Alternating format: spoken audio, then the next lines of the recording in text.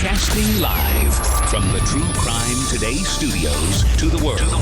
This is Murder in the Morning with Tony Bruschi and Stacey Cole. From the Hit Killers Podcast, Murder in the Morning. This is a story of, like, my worst fucking nightmare. I think it's a lot of people's worst fucking nightmare. It's what makes me pause before I say, yeah, I'll put the organ donor sticker on my card. Yeah. It's because of what I would, I guess, normally I think classify as an irrational fear, where it's like, this isn't going to happen. This doesn't happen. Of course it doesn't. It's one of those, there's no way that this ever could happen.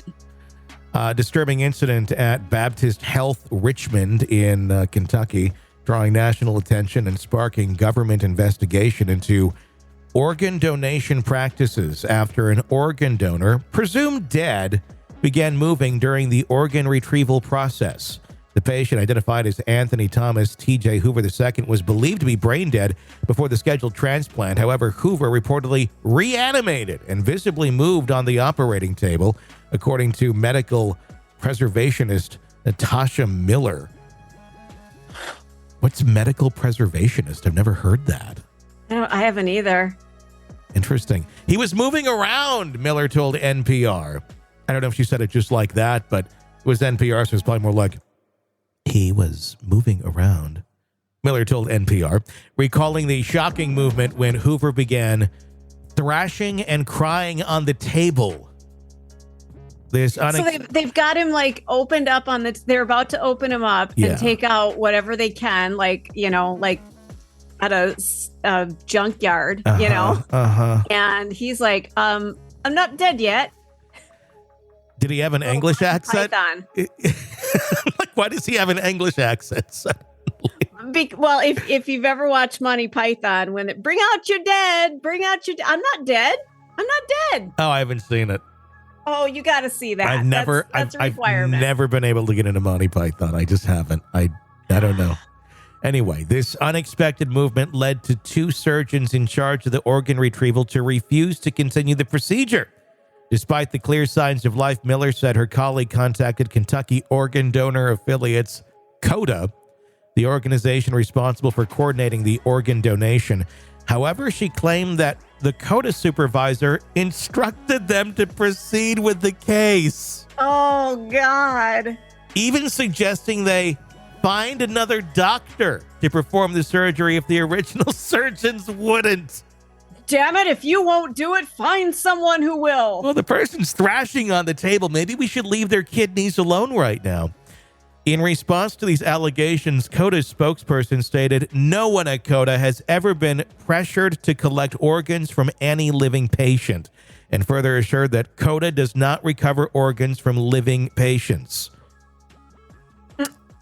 Nicoletta Martin, a former KODA employee, shared a similar experience involving Hoover, claiming that he had also thrashed around during a procedure intended to assess his heart health prior to the donation.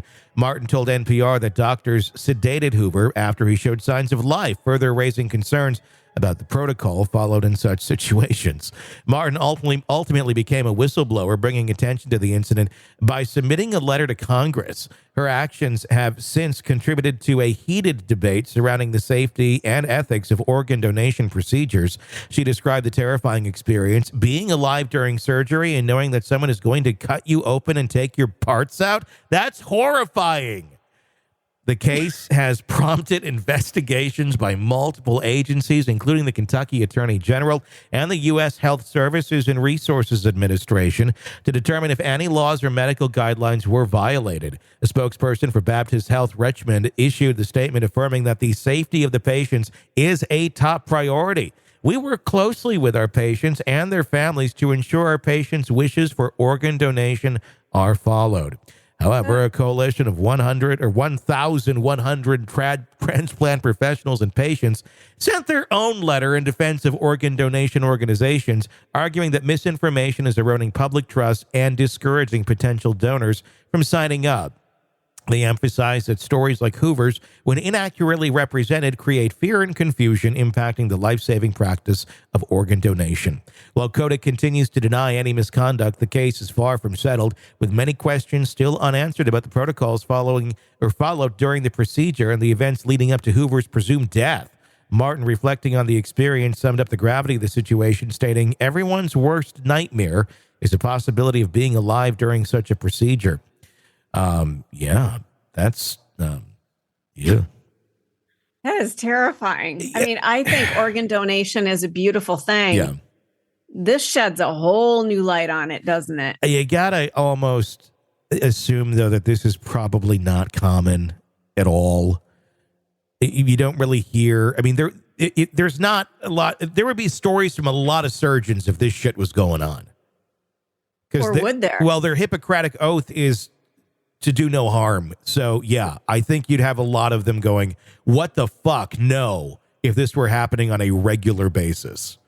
I mean, if you've had surgery recently, what they do is they draw on the part that they're going to work on. Mm-hmm. I had hernia surgery last year, and they actually like put an X on my stomach, which, yeah, where are you going to find a hernia? Typically that area. So, but that's what they do to make sure that they're going to the right area. Yeah. Wouldn't you think there'd be some sort of protocol that, okay, is the person dead, or, are they just alive enough that we can take the organs and then they're going to die as soon as we remove everything? Well, no. There has to be a checklist. Well, what's going on, from what I understand in this story, is this is someone who was brain dead. And they were still technically alive, and if you can harvest the organs out of them while they are still being held alive by instruments and such, that's the best way to do it than them being technically physically dead. Then after that, then anything that's supporting them is then turned off. But somebody should have been able to check and go, yeah, we're not getting any brain waves here. This person is brain dead. It feels like that. But they did. I mean, the thing is, this shit just does happen sometimes. Something happened and boom, he was alive again. Or, we can't explain it, but it happens. God, that's terrifying. And so, we can test it all we want and do everything we possibly can. And all of our tests show that, in 99.9999% of cases, it's accurate. But then there's that, 0.00001 that happens. Yeah. So, do you throw it all out, because of that very small chance? Or, yeah, this shit does happen sometimes, unfortunately. But the doctors were not necessarily trying to, end his life. Although, if the allegations against KODA are true, that's very disturbing. But I think that's where you had the people that were actually in power there, the surgeons, saying no. Yeah, and that's important. Somebody's got to stand up for people who can't speak for themselves. Yeah, really. You're not going to have surgeons saying, "Yeah, let me do this," and ruin their fucking life. Once it gets exposed, there's be no upside to them to risk that their careers, their life, all those years to get to where they were, just to harvest something like that when someone's still possibly alive. There's no upside to it. They're not the ones profiting off of it. No, not at all. 100%. I mean, unless you're talking, black market, then you're talking something different. But if we're talking within our medical system where we legally can do this and that's how this stuff is done, I doubt there's very much of this going on. Black market, it's probably pretty fucking common. Oh, God. Those stories of hearing, so-and-so woke up in a bathtub and their kidney was gone. You're like, that can that really happen? Yes. But then this story, it's like, well, yeah, maybe it can. Well, I mean, it's more so like black market. It's not like just your kidney's going to be gone. Your body parts are worth money to them because they can then sell the organs on the black market. And they'll just harvest you, basically. They will kill you and harvest you. And there you go. They made quite a bit off of all your organs. Let me go in and ask ChatGPT something. How much is the human body worth? Priceless is what it's going to say. Human body worth on the black market. Let's see. It's probably going to turn me in. She's looking to do something nefarious. Oh, God. It's giving me an answer. Oh, God. What's it telling you? Holy shit. Oh, kidneys are 200 to 300,000. Now, anybody listening, don't you get any ideas? A liver is worth 150 to 500,000. A heart is 100 to 200,000. So a liver is worth more than a heart. Okay. Lungs are 150 to 300,000. So how do you go about purchasing a organ on the black market if you need it? I don't know. Hang on, I'm not done. Corneas, 20 to 30,000. Bone marrow, 3,000 to 20,000 per gram. Can you just like go sell your bone marrow somewhere? I got some bills I need to pay off. You need your bone marrow.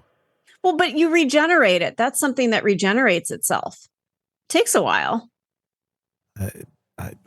That just sounds... I'm looking for a side gig. Shit, that sounds horrific. They'd have to like carve into you or something. Oh, yeah, they'd have to cut it out. Fuck! Absolutely. Oh, God. That's just fucked up. Yeah. I mean, I get if you're a donor and good. If this does this even exist, or are you just like making this shit up? Well, so the human body, kidney, liver, heart, lungs. I didn't put the corneas in there. You're worth about $1.3 million. Well, yeah. So that's what happens. Yeah. All the more caution to wherever you vacation in what country. But God, do people get, like, seriously, do people get their bone marrow donated? I don't know. When they're alive? Let me ask ChatGPT, because I just said, how can I sell a body part? And it said, well, selling body parts, including organs, is illegal in almost every country in the world, including the United States. But not the United States. How do you sell bone marrow? It's going to say you can't. I bet you can't. You can't. Nope, it's illegal. However, you can donate it. It's a legal and ethical option to donate it. Yes, a living person can donate bone marrow. In fact, most bone marrow donations come from living. Oh, okay.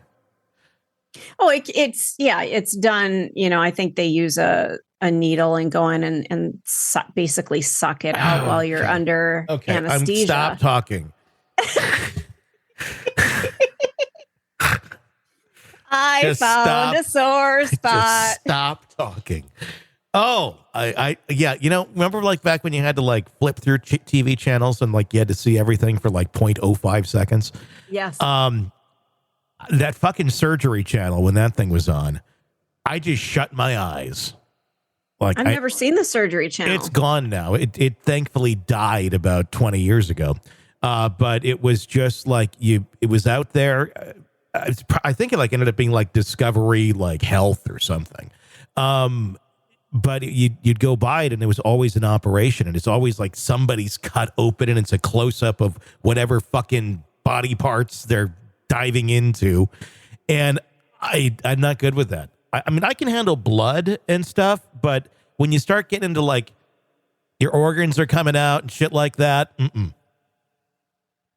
do that. Well, you would not have done well at the vet clinic when they're removing organs. I would not. You know, as interested as I am in the the dark sides of life, it's more psychological than it is gore. I do not like. What? Says the guy who decorates the living shit out of his house for Halloween. This year, all I have up is fall colors and flowers and pumpkins and nothing spooky. I think there might be a skull or two, like kind of mixed in with pumpkins in a salad bowl somewhere. But that's about it. Okay. All right. I thought I recalled you having just horrific shit. Oh, I do. I do have it. It's all in boxes this year, though. I did not set any of it up. I don't know. I didn't feel like it. I just didn't.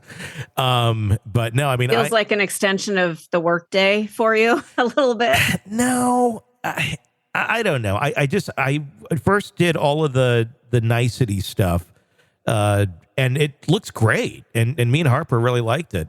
And it was just kind of like, I asked Harper, like, do you want to put all the spooky stuff up on top of it? She's like, no, I just really like how nice this looks. Like, I agree. Like, do you want to just skip that this year or do it like in the basement or something?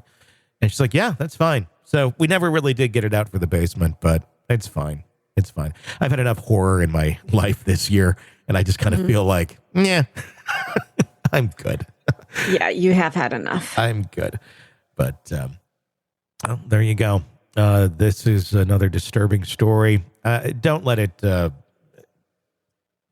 turn you away, though, I would say, from donating organs. It's a hugely life-saving measure that benefits so many people, and this is likely never going to happen to you. And the lives that can be saved are far greater than the accident of something like this. If I was a fucking surgeon and that happened, I would quit. I'd go work at fucking Denny's or something. You're in the thick of a true crime saga, every detail sinking in, and then, wham, a commercial about something you couldn't care less about. It's like being served a microwaved dinner at a 5-star restaurant.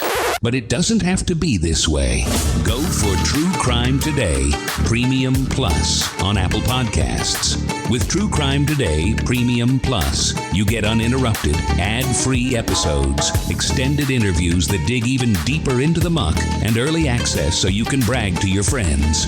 It's like ordering the secret menu at a crime buffet.